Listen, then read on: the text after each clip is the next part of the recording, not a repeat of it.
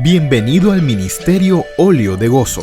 Los pastores Alberto y Yariela Caballero te dan la bienvenida. Te invitamos a celebrar las maravillas de nuestro Dios. Únete a nuestra transmisión del servicio dominical.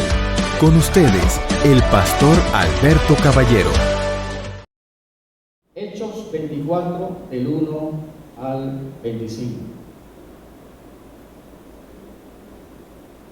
5 días después, descendió el sumo sacerdote Ananías con algunos de los ancianos y un cierto orador llamado Tértulo, y comparecieron ante el gobernador contra Pablo.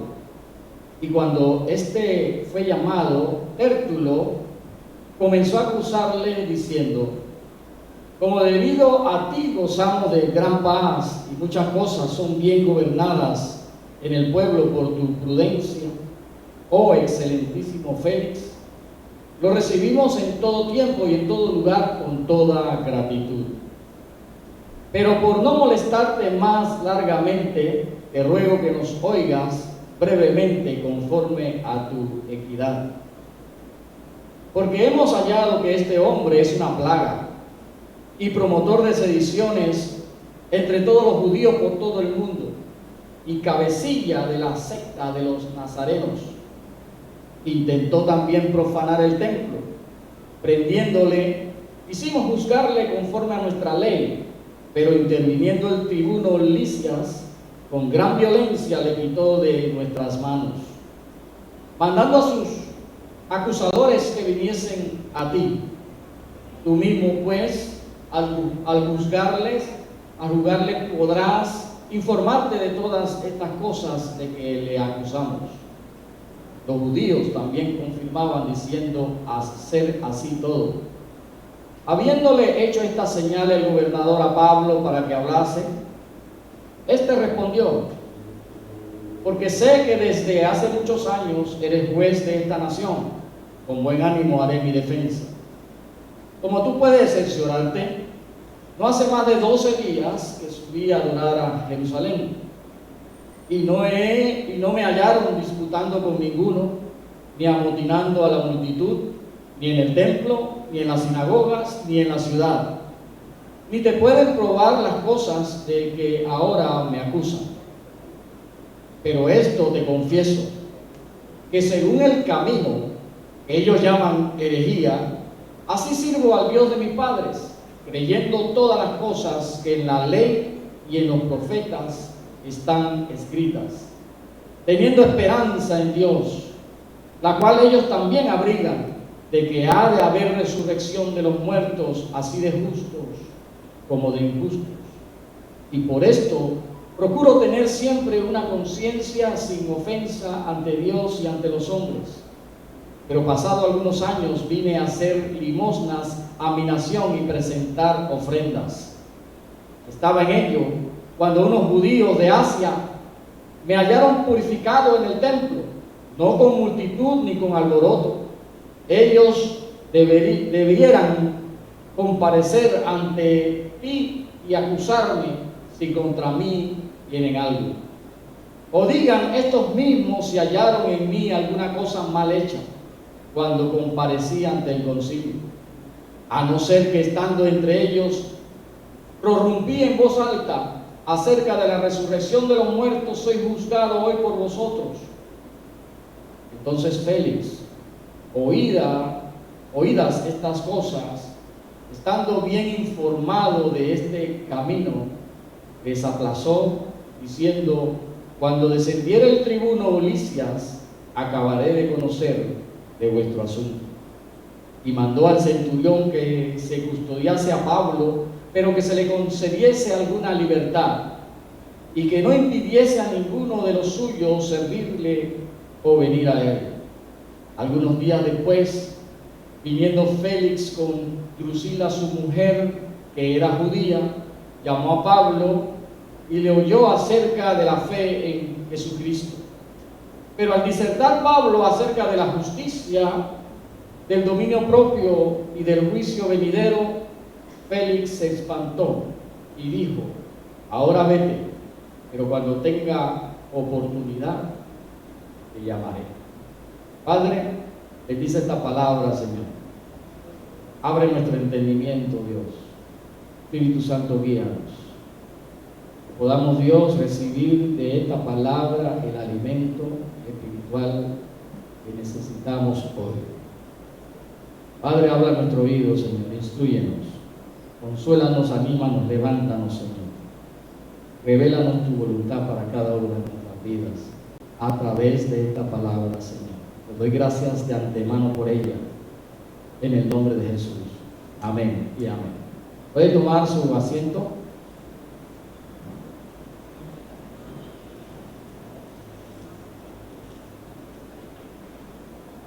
Empiezo este sermón con esta expresión, la cual es el centro y la conclusión también de este sermón.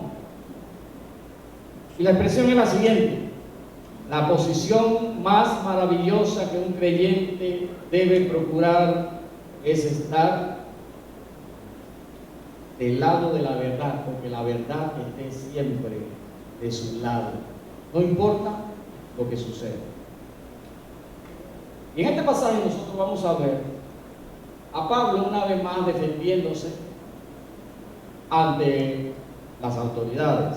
Ya esta es la tercera vez que Pablo está defendiéndose frente a las autoridades. La primera vez fue después que el tribuno lo rescata de aquella multitud de judíos que querían lincharlo. Pablo pide la palabra para dirigirse a sus hermanos judíos y defenderse delante de ellos. Esa fue la primera vez. Allí Pablo da un discurso a sus hermanos judíos, pero sus hermanos judíos al final del discurso de Pablo lo que pedían era la cabeza de Pablo. Querían que el tribuno ejecutara a Pablo, que lo hiciera desaparecer de la faz de la tierra. La segunda vez que Pablo tiene la oportunidad de defenderse es ante el Sanedrín, el Consejo de Ancianos de Jerusalén. Y allí nuevamente al final se forma un alboroto. Un alboroto porque hubo una contienda entre los fariseos y los saduceos que estaban presentes en ese lugar por el tema de la resurrección. Recordemos que los saduceos no creían en la resurrección. Los fariseos sí creen en la resurrección. Entonces, Pablo, cuando menciona el tema de la resurrección, estos se dividen y empiezan a pelear entre ellos. Y Pablo está en el centro de esta disputa. Y el tribuno nuevamente tiene que rescatar a Pablo, porque Pablo está allí que lo quieren, uno lo jalan para un lado, el otro para el otro, lo quieren despedazar. Nuevamente Pablo es rescatado. Y ahora la tercera vez Pablo tiene la oportunidad nuevamente de defenderse. Va a haber una cuarta vez, cuando lo vamos a ver más adelante. Pablo se defiende ahora ante el gobernador Festos, y después más adelante hay una quinta vez que Pablo se defiende ante el rey Agripa II. Como vemos, Pablo vivía en medio de acusaciones, él vivía en medio de calumnias en su contra. Sin embargo, Pablo nunca sintió temor alguno de las acusaciones que proferían contra él. Pablo no le tenía temor a la justicia humana. Y nosotros sabemos que la justicia humana es imperfecta, no importa el país, porque algunos pensarán, no, en Estados Unidos hay justicia. Es imperfecta en todos los lugares. ¿Cuántos dicen amén? Y Pablo no le tenía miedo a lo que la justicia humana pudiera hacerle, porque Pablo tenía conciencia de que por encima de los tribunales terrenales hay un tribunal que está por encima de ellos. Y allá en ese tribunal sí hace justicia perfecta. Él sabía que allá en ese tribunal, allí sí se podía tener algo en su contra. Sin embargo, nuestro abogado, el Señor Jesucristo, ha tomado provisión para que el acta de los decretos en nuestra contra fuese quitado y tomado y clavado en la cruz del Calvario, y todas las cosas en nuestra contra fueron perdonadas. Hemos recibido perdón de nuestros pecados y vida eterna juntamente con Cristo en las moradas celestiales. Pablo no se sintió atemorizado por lo que el hombre pudiera hacerle. Pablo no se sintió atemorizado por las acusaciones falsas que pudieran lanzar en su contra, porque Pablo era un creyente y siervo fiel de Jesucristo, y Pablo sabía que él estaba del lado de la verdad. Y es lo que nosotros debemos procurar en nuestra vida, estar del lado de la verdad. El que está anclado en la verdad de Dios, pues las mentiras del diablo, las mentiras de este mundo, las mentiras de los hombres no van a tener ningún efecto sobre su vida. Y lo primero que vamos a ver es que en la vida de todo creyente siempre la mentira y la verdad van a ser confrontadas. Siempre en nuestro caminar encontraremos la mentira enfrentándose con la verdad.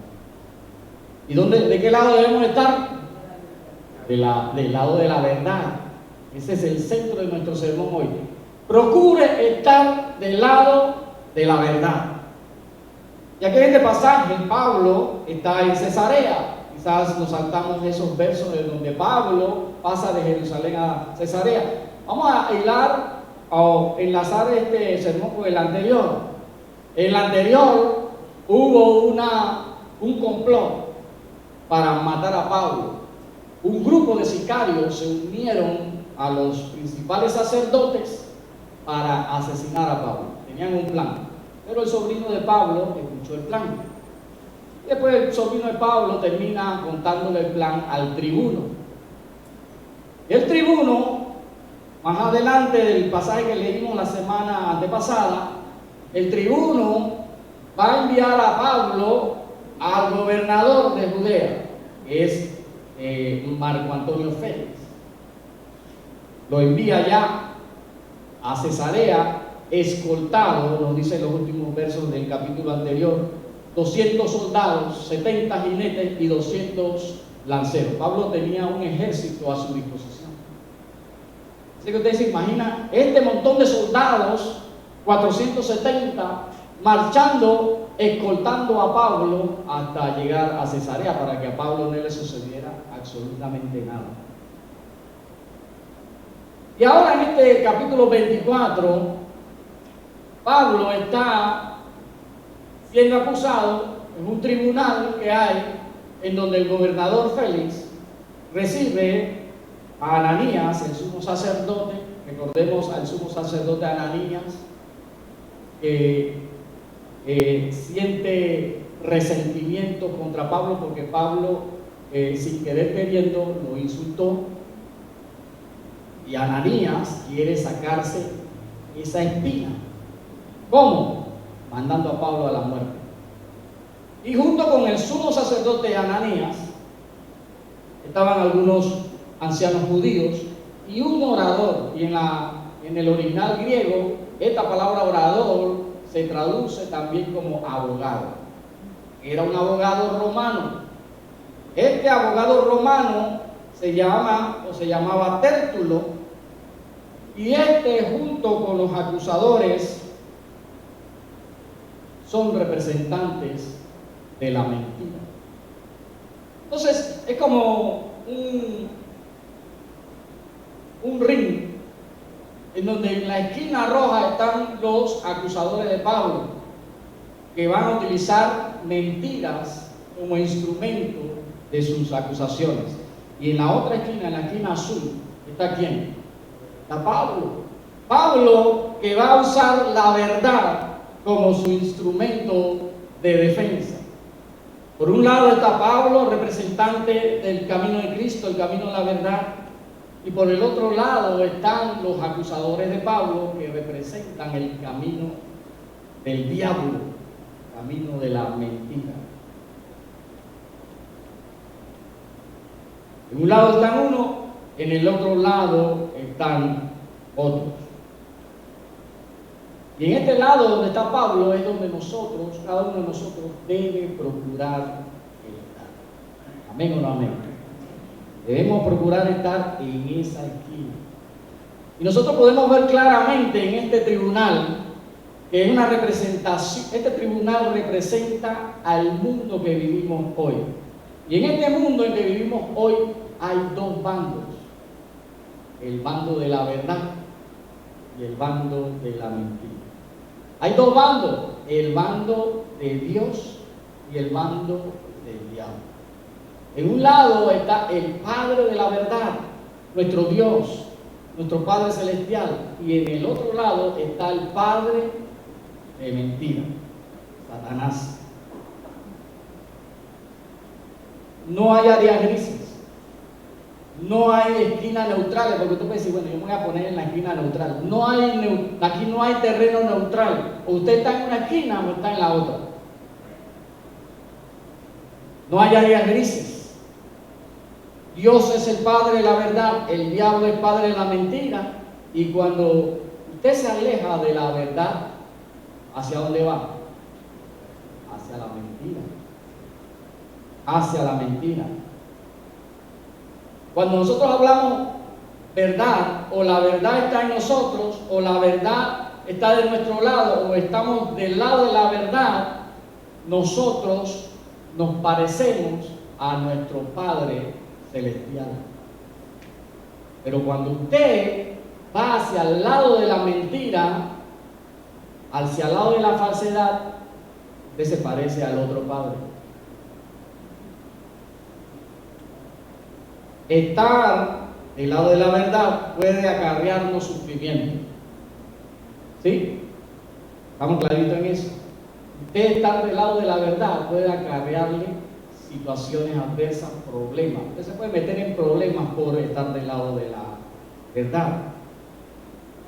Sin embargo, una mentira te puede librar en un momento dado de una situación dolorosa.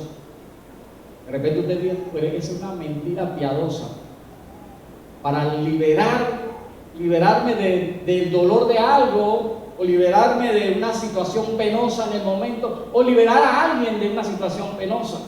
Sin embargo, ese dolor no se compara con el dolor futuro provocado por esa mentira a lo largo del tiempo.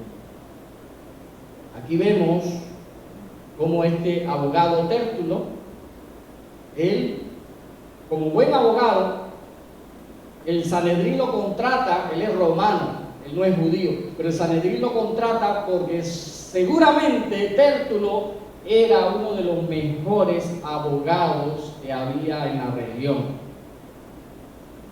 Un abogado acusador. Y va bien preparado para presentar sus falsas acusaciones.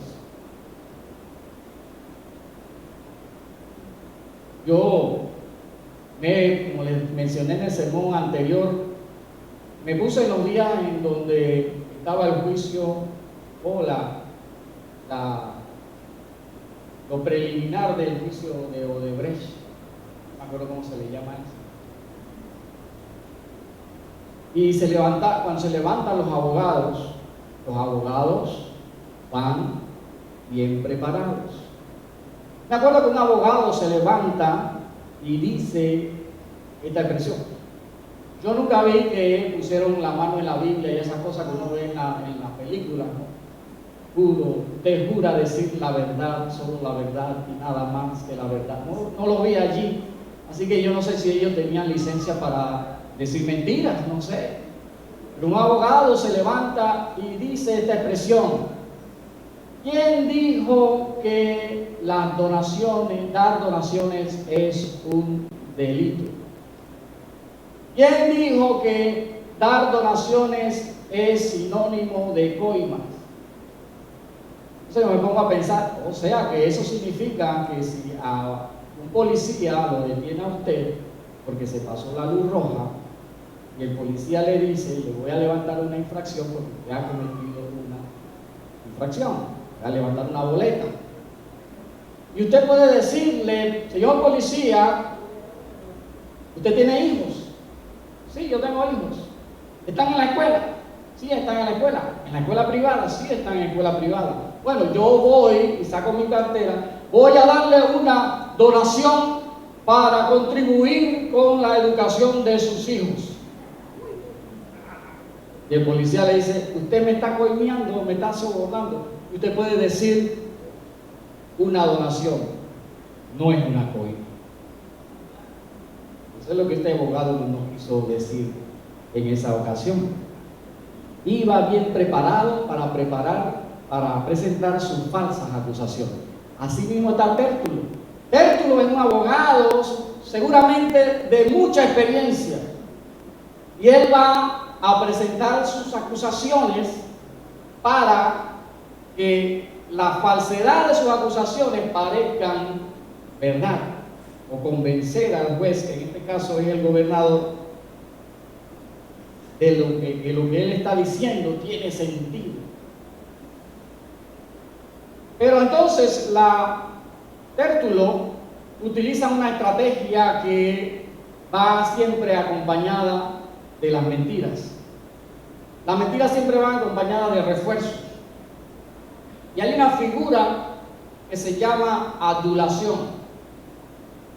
Casi siempre la adulación precede a la mentira o precede a obtener un beneficio, por lo que yo voy a decir después de la adulación, ¿sí? Es como cuando el niñito se acerca a su padre y dice, papá, tú eres el mejor papá del mundo, ¿cómo te quiero?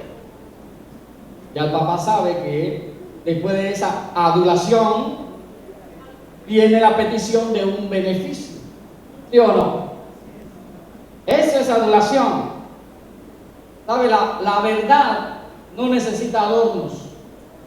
La mentira sí necesita adornos. Cuando alguien viene con cuentos y viene por las ramas y viene diciendo cosas y no va al grano directamente, prepárese, porque detrás viene algo incorrecto. Generalmente se está preparando una mentira. Este abogado no va al grano.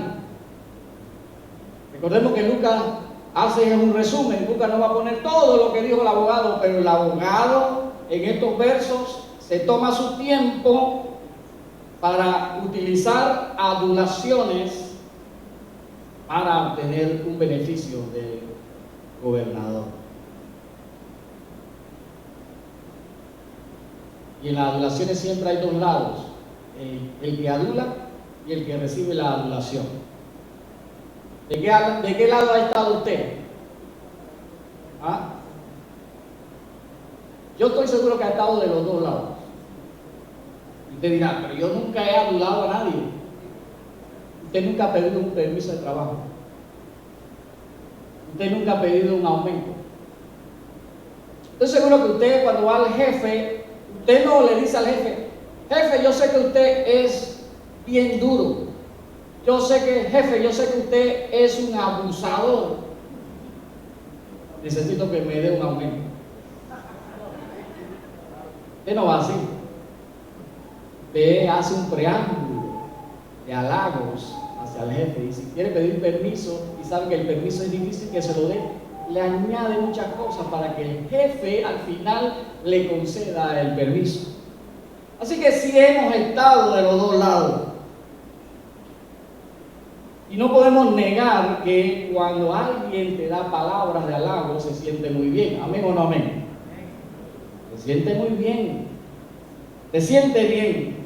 Pero hay que tener cuidado, porque debemos ver siempre los halagos como algo para construir.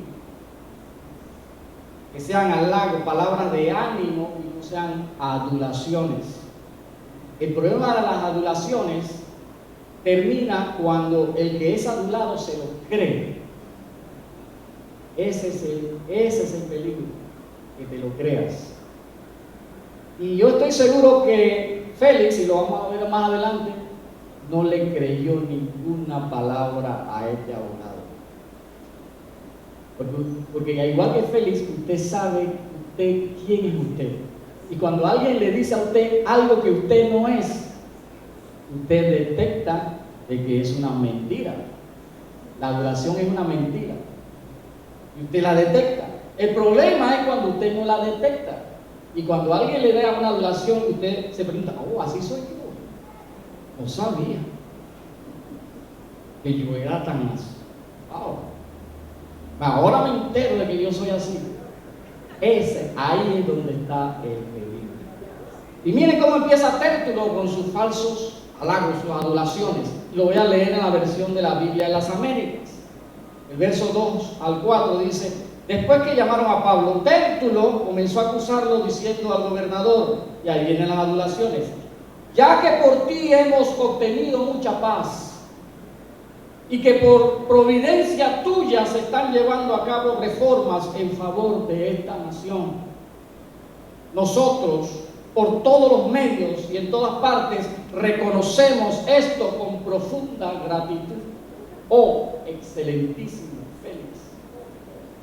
Pero para no importunarte más, te suplico que con tu habitual bondad nos concedas una breve audiencia.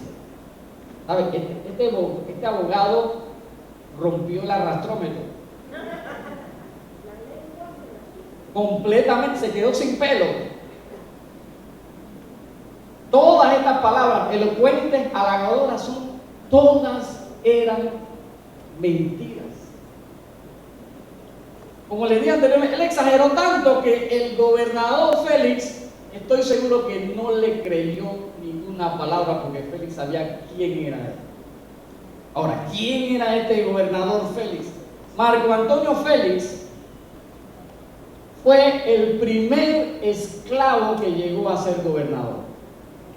Un esclavo llegó a ser gobernador. Fue el primer esclavo que alcanzó el grado de gobernador en el gobierno romano. Él nació siendo esclavo. Él nació siendo esclavo. Él podía decir más adelante, como dicen muchos políticos hoy en día: yo sí soy hijo de la cocinera. ¿Sí o no? A veces cuando quieren excusarse que lo están calumniando, sacan esa carta. Ustedes me calumnian, pero yo soy hijo de la cocinera. Pero el hijo de la cocinera también puede ser corrupto. Y en este caso, Félix no era pues una monjita de la caridad. Félix tenía un hermano llamado Palas, y Palas fue muy amigo desde niño del emperador Nerón.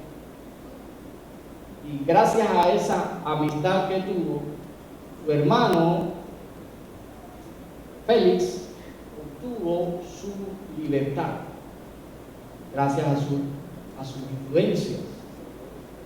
Y gracias también a esta amistad, Félix tuvo la oportunidad de escalar posiciones dentro del gobierno romano hasta convertirse en el primer esclavo liberado que obtuvo la posición de gobernador, y en este caso gobernador de la región de Judea. Félix fue gobernador por 5 años en Judea, y en este pasaje él está en su 4º año como gobernador. Félix vivió unos años en Samaria, por lo tanto Félix conocía muy bien la cultura judía. Él conocía muy bien a los judíos, conocía muy bien la fe judía. Por haber sido esclavo, uno pensaría que Félix, cuando alcanza su posición de gobernador, es un hombre humilde, es un hombre justo, es un hombre noble, es un hombre bueno. Pues todo lo contrario. Todo lo contrario. Félix fue un gobernador cruel, ambicioso, corrupto, sin escrúpulos. Félix tuvo 3 esposas. Todas ellas fueron princesas. Entre ellas está Drusila, y no la de Hechos. Drusila, la nieta de Antonio y Cleopatra. ¿Han oído de Antonio y Cleopatra? ¿Han visto la película? Era la nieta de ellos, se casó con Félix. Y la Drusila que aparece en este pasaje es la hija de Herodes Agripa I, hermana de Herodes Agripa II. Herodes Agripa I fue el que le dio muerte al apóstol Santiago. Rey Agripa, el rey Herodes. Esta Drusila, antes de ser esposa de Félix, fue esposa de un rey, el rey de Emesa, un rey persa. Y Félix, usando sus argucias, convenció a esta joven, que apenas tenía unos 15 años, de que dejara a su esposo y se viniera con él, se casara con él. Y lo logró. Esta Drusila, al lado de Félix, Drusila debe haber tenido en este tiempo unos 16 o 17 años. Drusila abandona a su esposo para casarse con Félix. Les leo un comentario de un diccionario bíblico que dice lo siguiente de Félix. Félix estaba mal preparado para el alto cargo que tuvo en Palestina. No estaba preparado.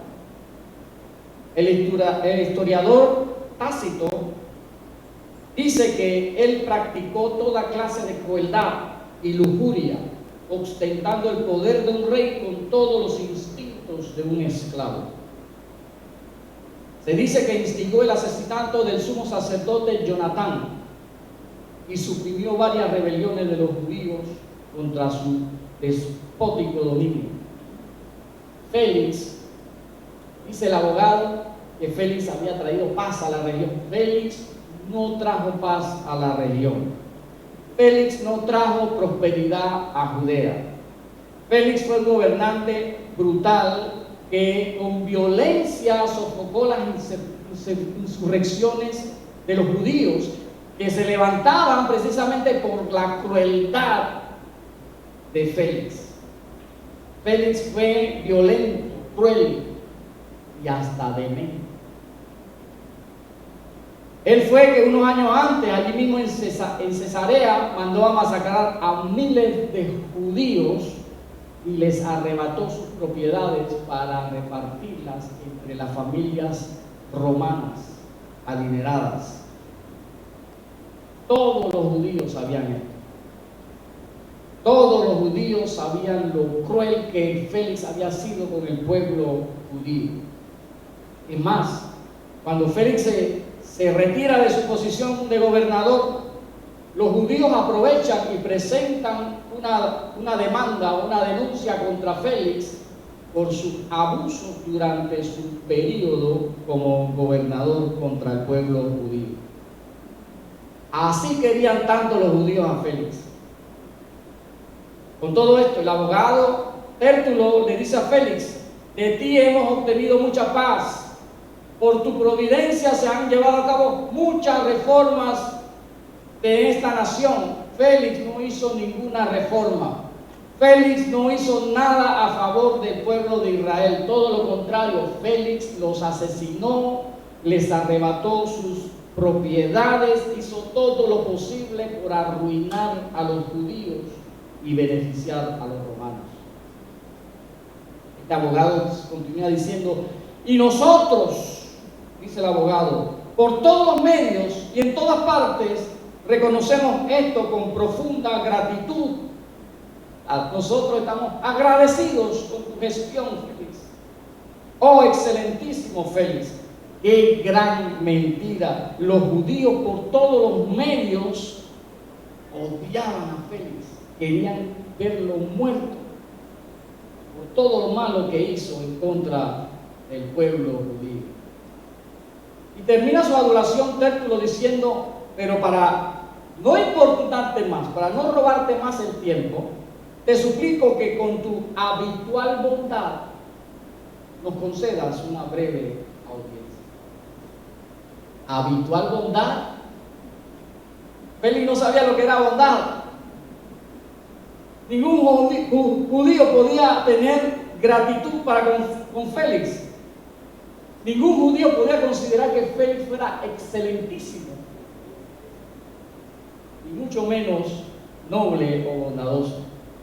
Pero todas estas adulaciones son ¿qué? La preparación para presentar sus falsas acusaciones, para presentar sus mentiras. La mentira es mentira. ¿Cuántos dicen amén? Mentira es mentira, no importa cómo venga. No importa que la mentira venga mezclada con la verdad. ¿Sabe? La verdad es tan pura que cualquier pequeña cosa la contamina. Así es la verdad de pura. Cualquier cosa la contamina.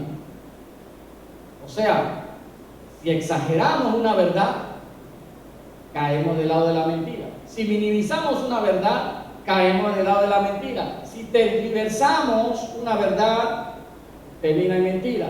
Si mezclamos verdad con mentira, termina en mentira. Si adornamos la verdad con mentira, la convertimos en mentira. La verdad, el solo hecho de la intención de cómo decimos una verdad la convierte en mentira.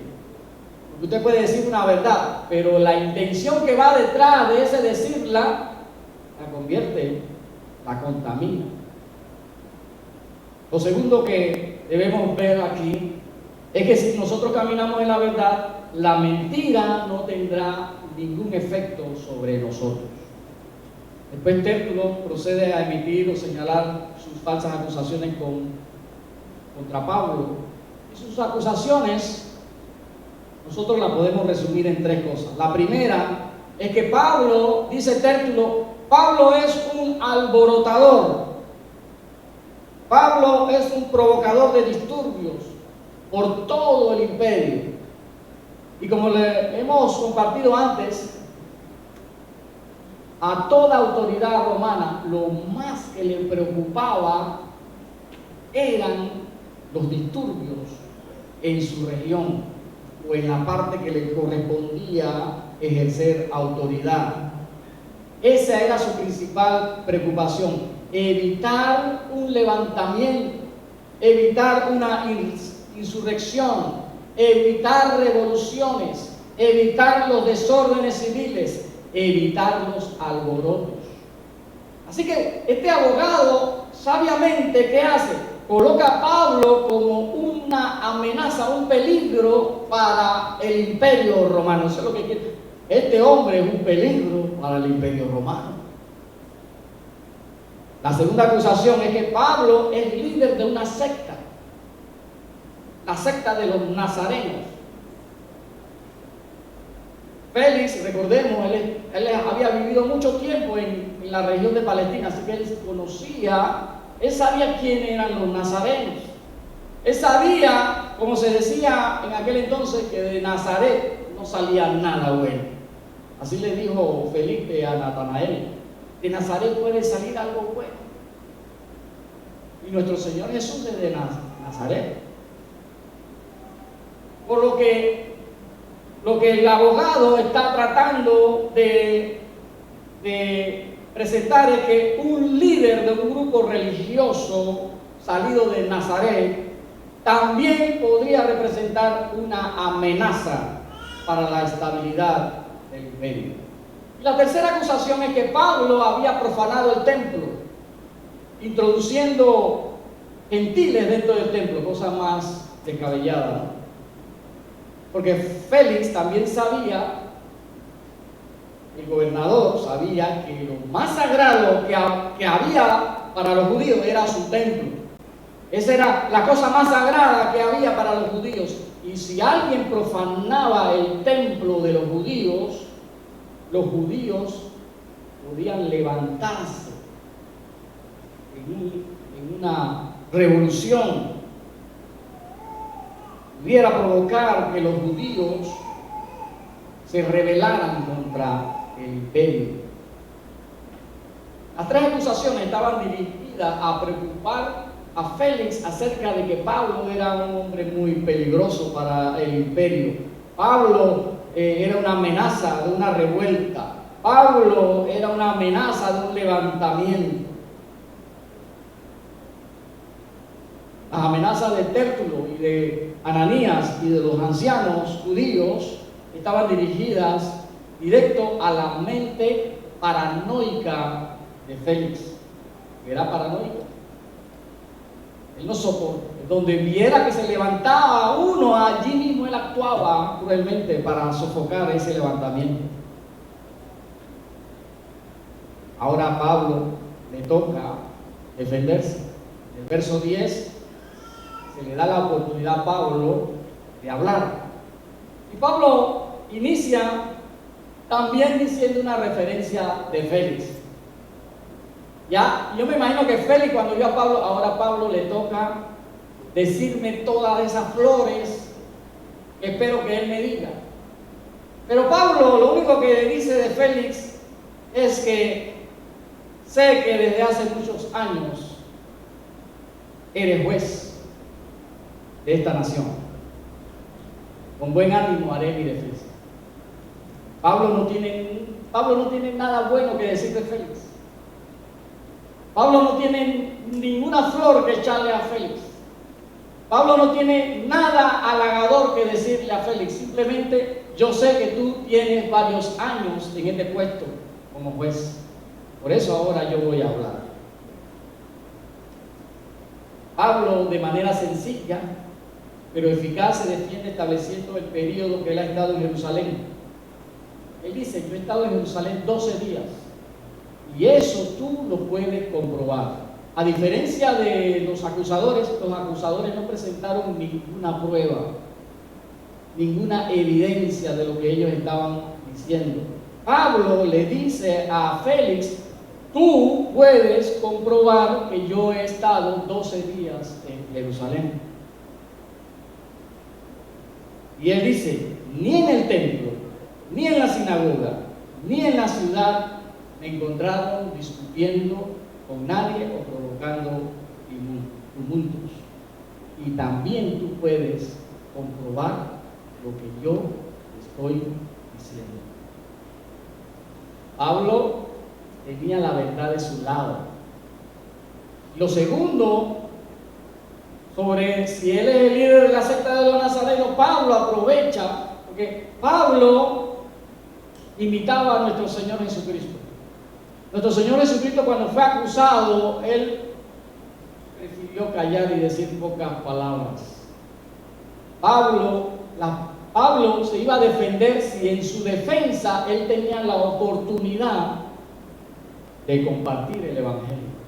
Miren hasta dónde llega el compromiso que tiene Pablo con el Evangelio de Cristo. Yo me defiendo si yo al defenderme puedo presentar el Evangelio de Cristo. Si no lo puedo presentar, prefiero estar callado.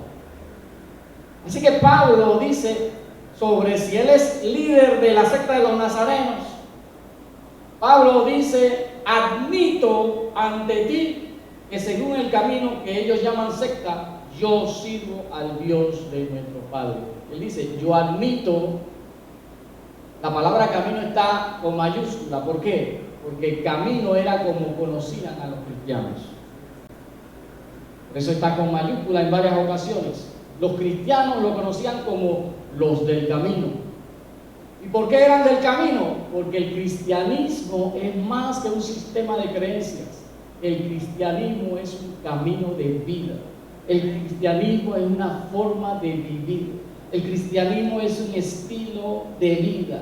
El que es cristiano no es que adopta ciertas creencias y ciertas ceremonias o ciertas liturgias. El que es cristiano cambia su manera de caminar, cambia su manera de vivir, cambia su estilo de vida. Y Pablo admite: yo soy del camino. Yo, en otras palabras, yo admito que soy cristiano. Pero él agrega: y sirvo al Señor de nuestros padres. O sea, que el hecho de que yo sea cristiano no significa que yo haya violado la ley. Yo sigo la ley que nos dio Moisés. Yo sigo la enseñanza de los profetas. Es lo que Pablo está diciendo. Yo vivo conforme a la ley y vivo conforme a lo que está escrito en los profetas. Y dice el verso 15, teniendo la misma esperanza en Dios, que estos que me acusan también lo creen, de que ciertamente habrá una resurrección, tanto de justos como de impíos. Pablo reconoce su creencia. Pablo reconoce su ministerio a Jesucristo. Pero Pablo también reconoce que sirve al Dios de sus padres y que no ha abandonado al Dios de Israel. Obedece la ley de Moisés, obedece lo que los profetas han dicho, y por ello, por lo que está escrito en la palabra, es que él también tiene la esperanza de que habrá una resurrección, igual que los que lo acusan también tenían esa esperanza. ¿Sabes? Generalmente mencionamos nuestra resurrección como creyentes, pero Pablo aquí habla de que van a resucitar, ¿sí?, los justos y los injustos también. A veces olvidamos aparte de que los injustos también van a resucitar, pero los justos, los lavados por la sangre de Cristo, resucitaremos para vida eterna junto con Cristo en el cielo. Pero los injustos, aquellos que no aceptaron a Jesús como su Señor y Salvador, resucitarán, pero resucitarán para ir al lago de fuego, al infierno eternamente. Esa es una verdad que no podemos ocultar. Esa es una verdad que no podemos dejar de decir. La defensa de Pablo es sin adulaciones. La defensa de Pablo es corta, sencilla, de pocas palabras. ¿Sabe por qué? Porque la verdad no necesita adornos. La verdad no necesita tantas palabras. Al contrario de la mentira, que necesita mucha palabrería. El hombre veraz habla poco. ¿Sabe por qué habla poco? Porque la verdad tiene poder en sí misma. No necesita nuestra ayuda. Por eso que Pablo añade en el verso 16, y por esto procuro tener siempre una conciencia sin ofensa ante Dios y ante los hombres, una conciencia limpia, porque el hombre veraz no tiene necesidad de usar muchas palabras para defenderse. Dios y su testimonio de vida pelean por él. Proverbios capítulo 12, verso 22 nos dice que los labios mentirosos son abominación a Jehová, porque los que hacen verdad, pero los que hacen verdad son su contentamiento. Qué gran contraste nos brinda este verso en cuanto a lo que es la verdad y lo que es la mentira. La mentira es abominación para con Dios. La verdad es todo lo contrario, contentamiento para con Dios. Luego Pablo menciona lo que sucede en el templo, lo que sucedió en el templo. Él dice, yo vine a traer limosna, yo vine a traer ofrenda.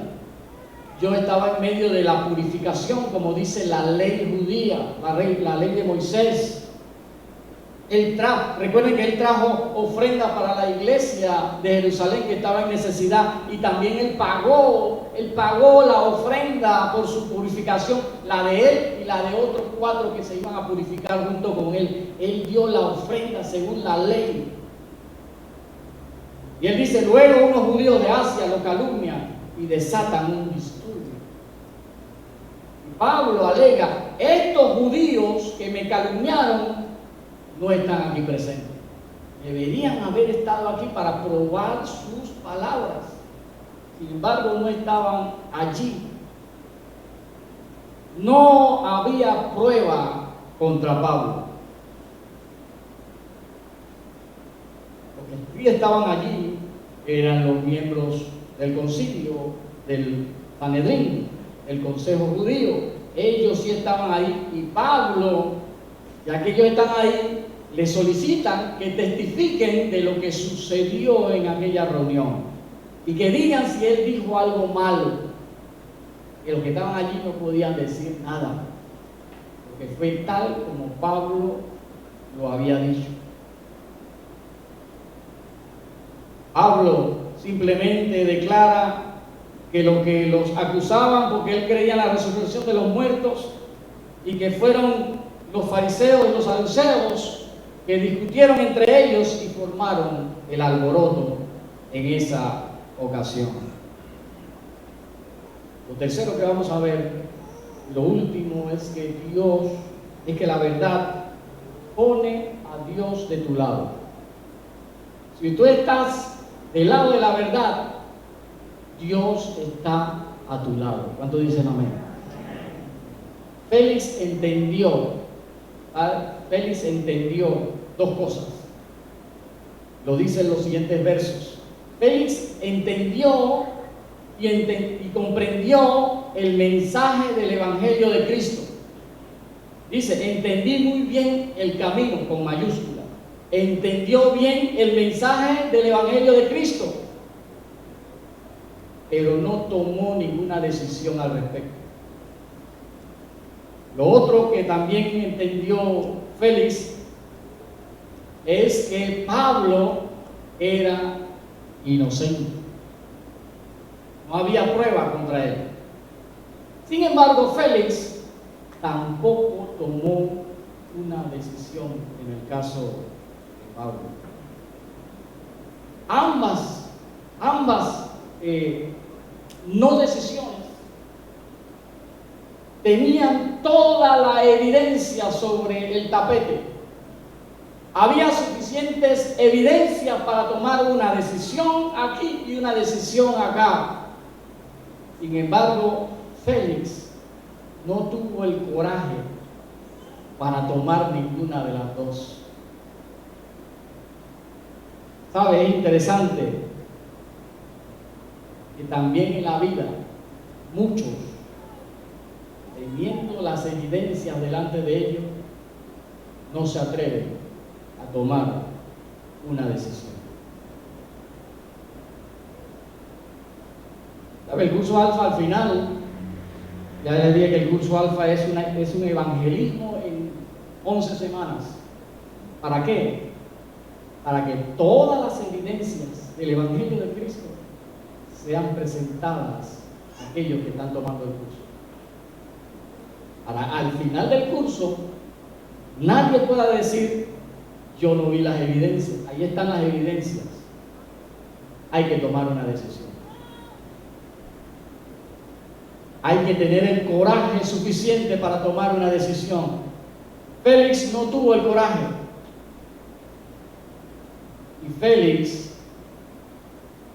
no toma una decisión por Cristo. Tampoco tuvo el coraje para declarar a Pablo inocente. Y lo vemos porque Félix manda a Pablo a un arresto domiciliario. Así, si tú consideras que hay culpabilidad, mételo en la cárcel, pero Félix no se atrevió a meterlo en la cárcel, pero tampoco se atrevió a dejarlo en libertad. Félix dejó pasar 2 años sin tomar una decisión. Al cabo de este tiempo, Félix fue relegado de su cargo. Y qué triste, porque no solamente dilató, como hacen los tribunales en Panamá, no tienen el coraje para tomar una decisión, teniendo todas las evidencias delante, y dilatan el proceso. Eso hizo Félix. Qué triste no haber liberado a un inocente. Y qué triste que no tuvo la salvación por Cristo. Pablo no es liberado, pero Félix le da unos privilegios a Pablo. Dice el 23, y mandó al centurión que le custodiase a Pablo, pero que se le concediese alguna libertad y que no impidiese a ninguno de los suyos servirle o venir a él. O sea que Pablo tenía libertad para que lo visitaran Pablo no estaba en la cárcel, estaba en un domicilio. Él podía ser visitado por quien quisiera verlo. ¿Sabe? Él gozó de un arresto domiciliario por 2 años. Eso fue parte de la providencia de Dios y del cuidado de Dios para su siervo. ¿Sabe? Porque la verdad pone a Dios de tu lado, pero la mentira pone al diablo de tu lado. Acuérdense que no hay áreas grises. La posición más maravillosa que un creyente debe procurar es esta: que la verdad siempre esté de tu lado, no importa lo que suceda. Félix tuvo varias oportunidades de oír nuevamente a Pablo. Es como el Señor le da oportunidades a la gente. El Señor nos da oportunidades a nosotros. ¿Cuántos dicen amén? Una y otra oportunidad. Dice el verso 24 y 25: algunos días después, viniendo Félix con Drusila su mujer, que era judía, llamó a Pablo y le oyó acerca de la fe en Cristo nuevamente. Pero al disertar Pablo acerca de la justicia, del dominio propio y del juicio venidero, Félix se espantó. Nuevamente tuvo miedo. Se acobardó otra vez y dijo: vete, pero cuando tenga oportunidad te llamaré. Cuando él tenga oportunidad. ¿Sabe? Dios es el que te da las oportunidades. Quizás Félix no iba a tener otra oportunidad, pero él dice: yo te voy a dar una oportunidad a ti, Pablo. Pero mire qué temas usó Pablo para hablar con Félix. Félix era un hombre injusto, cruel, corrupto, lujurioso. ¿Qué temas tú tratarías con el hombre que tiene en su mano tu encarcelamiento o tu libertad? ¿Qué tema tú tratarías con un hombre que tiene tu vida o tu muerte en sus manos? Pero Pablo estaba del lado de la verdad. Y de estos dos versos nosotros podemos confeccionar otro sermón. Pero vamos a ver estas 3 palabras rápidamente. 3 palabras, 3 temas que Pablo trató con Félix. Justicia. Justicia. Solo por medio de Cristo podemos ser declarados justos. ¿Qué trató Pablo con Félix? Tú eres un hombre injusto. Tú no eres justo. Tú eres pecador. Solamente por medio de Jesucristo podemos obtener justicia de parte de Dios. El justo murió por los injustos. El hombre sin pecado murió por los pecadores. Jesús tomó nuestra injusticia y nuestro pecado y nos dio su justicia y su pureza. Él murió para pagar nuestra injusticia. Él murió para pagar nuestros pecados. El justo murió por los injustos y pecadores. En otras palabras, Félix, tú eres injusto, tú eres pecador, pero Cristo murió por tus pecados. También habló de dominio propio, o lo que podemos llamar el autocontrol. Félix, un hombre inmoral, violento, con una vida desordenada, estaba muy lejos de tener dominio propio. Me imagino que Pablo empezó a conocerlo y vio su trayectoria de insatisfacciones. 3 matrimonios. Un hombre que no se satisfacía por los logros alcanzados, siempre buscaba algo más. Vivía una vida de insatisfacción a pesar de su posición. Y Pablo le dice a Félix: ahora hablemos de dominio propio. ¿Por qué? ¿Por qué Pablo no temía hablar de este tema tan incómodo con Félix? Porque Pablo estaba del lado de la verdad. Pablo podía hablarle verdad a quien sea, a quien se pusiera por delante de él. Y Pablo podía hablarle de la verdad a Félix y a su esposa Drusila, porque ellos necesitaban conocer la verdad acerca de una vida con dominio propio. Se veía que estos dos, Félix y Drusila, no tenían satisfacción en la vida. Necesitaban conocer la verdad. Y el tercer punto fue el punto culminante. Pablo le dice a Félix: ahora hablemos del juicio venidero, el juicio eterno. Y esa es una verdad que muchos no quieren escuchar. No voy a dar una clase de escatología aquí, pero solamente termino este tercer punto haciéndole una pregunta a usted. ¿Cuál crees que es tu destino eterno? Si tú mueres en estos momentos, ¿a dónde vas? Ahí se resume toda esta lección. ¿A dónde vas? Examina la vida que tú has llevado. ¿A dónde vas? ¿Cuál es tu destino eterno? Félix, al oír este último tema, se espantó y no quiso nuevamente tomar una decisión. En otras palabras, Félix podía decirle a Pablo: Pablo, tú tienes razón. Pablo, hay verdad en todo lo que tú has dicho. Pablo, yo entiendo todo lo que tú me estás diciendo. Pablo, yo entiendo que yo soy pecador. Pablo, yo entiendo que he vivido una vida desordenada, no hay dominio propio en mí. Pablo, yo entiendo cuál va a ser mi destino eterno. Pero ¿sabes, Pablo? No tengo el coraje para tomar una decisión. No tengo la valentía para decidirme por Cristo. No tengo el coraje para vivir una vida de acuerdo a la voluntad de Dios. No tengo el valor para seguir a Cristo. ¿Qué me dices tú hoy? ¿Tendrás el valor? ¿Tendrás el valor de seguir a Cristo hoy? ¿Tendrás el valor de decirle: Señor, yo voy a hacer tu voluntad? ¿Tendrás el valor para decirle: Señor, yo voy a servirte?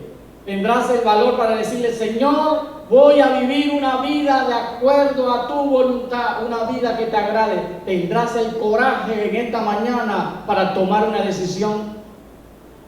O al igual que Félix, la vas a postergar y dirás: le daré otra oportunidad, Señor. La verdad siempre debe estar de nuestro lado, no importa lo que suceda. ¿Ya conoces nuestro canal ODGTV? Accesa ya al link en la bio de Instagram y mantente en contacto con una palabra de gozo y alegría para tu vida. No te pierdas este viernes a las 7:30 de la noche y el domingo a las 10 de la mañana. Estaremos en vivo. Que Dios te bendiga. Mi casa es tu casa, todo lo que tengo es tuyo, aquí en la tierra.